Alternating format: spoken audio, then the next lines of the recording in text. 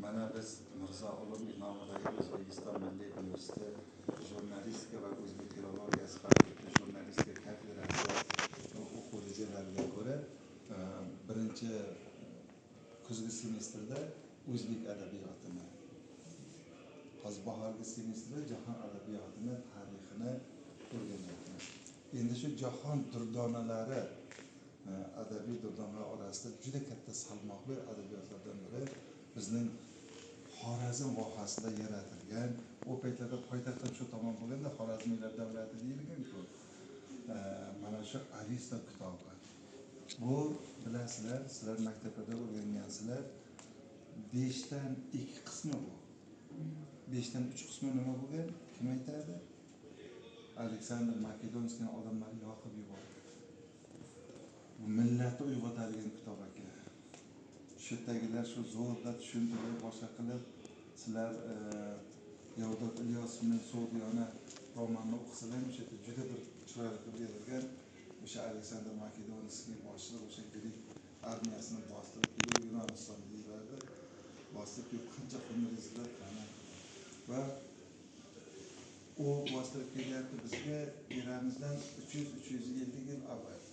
Ya'ni eramiz mashhasi 2000 yillik era bo'lsa, bundan 300 yil nari bo'lsa, demak 2350 yillar oldin bostirib xunrezlik qilgan. Lekin bu asar yaratilganiga qariyb 3000 yil bo'lyapti. Mana ikkinchi qismida yozyapti. Xo'sh, eng mo'tabar qadimiy qo'lyozmamiz Aristoning yaratilganiga 3000 yil bo'lyapti.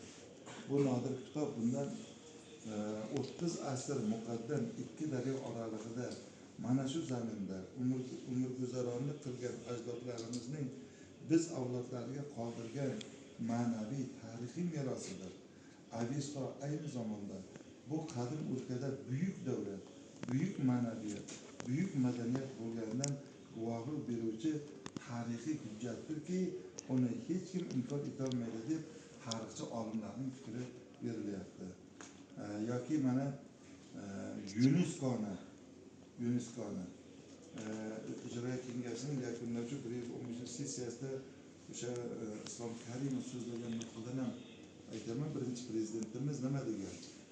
3-ming yillik ibtidosida biz hozirgi O'zbekiston hududida qadimiy sivilizatsiyani, davlatchilik va zardushtiylik davri dinining paydo bo'lishi va rivojlanishi nuqtai nazaridan bir-biri bilan uzviy bog'liq bo'lgan umumiy insoniyat taraqqiyotida yorqin iz qoldirgan ikki shonli sananing guvohi bo'lamiz deb nima qilgan. Endi bu kitobning kirish qismida ham juda ko'p ma'lumotlar berilgan, vaqtlarni topib mana bunaqanchida bir ixcham hikoyalar tarzida yozilgan.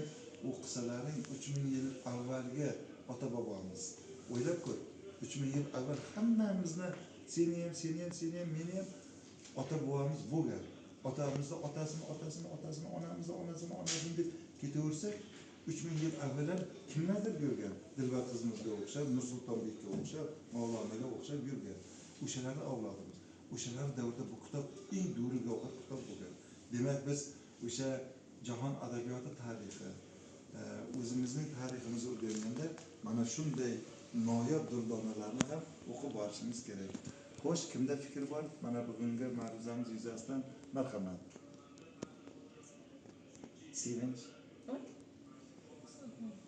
So'g'diyona, qani? Ma'ruzadan fikrim. O'zimga Aristo haqida ancha narsa bilaman. Oldin ham bilardim. Endi kitobni o'zini ko'rganmiding? Yo'q. Mana birinchi marta ko'raman.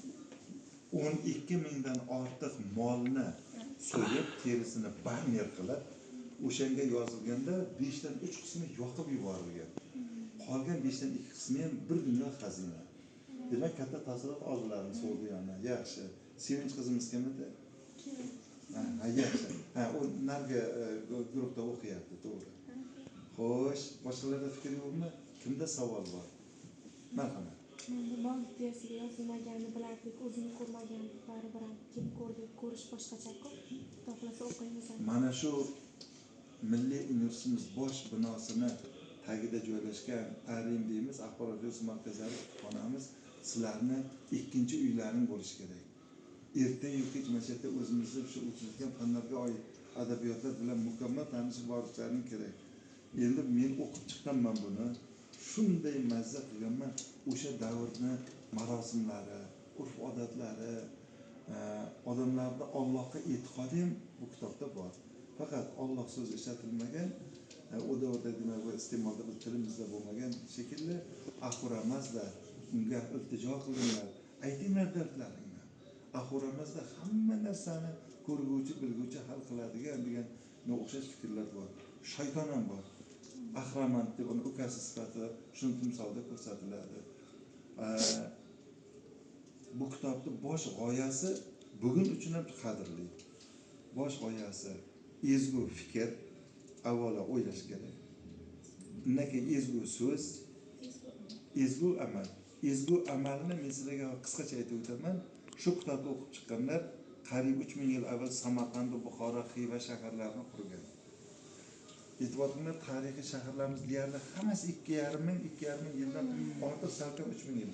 Mana shu ezgu fikrli kitobni o'qib, ezgu so'zlari bilan ezgu amallari dunyoni hayratga solgan tarixiy shaharlarimiz qurilgan. Xo'sh, darsdagi ishtiroklarning juda ham faolliklari meni xursand qiladi. Xo'sh, xohlovchilar demak yana o'qishda davom etadi. Qolganlarga bizga ajratilgan mana vaqt qiyomga yetyapti. Xayr, salomat bo'ling.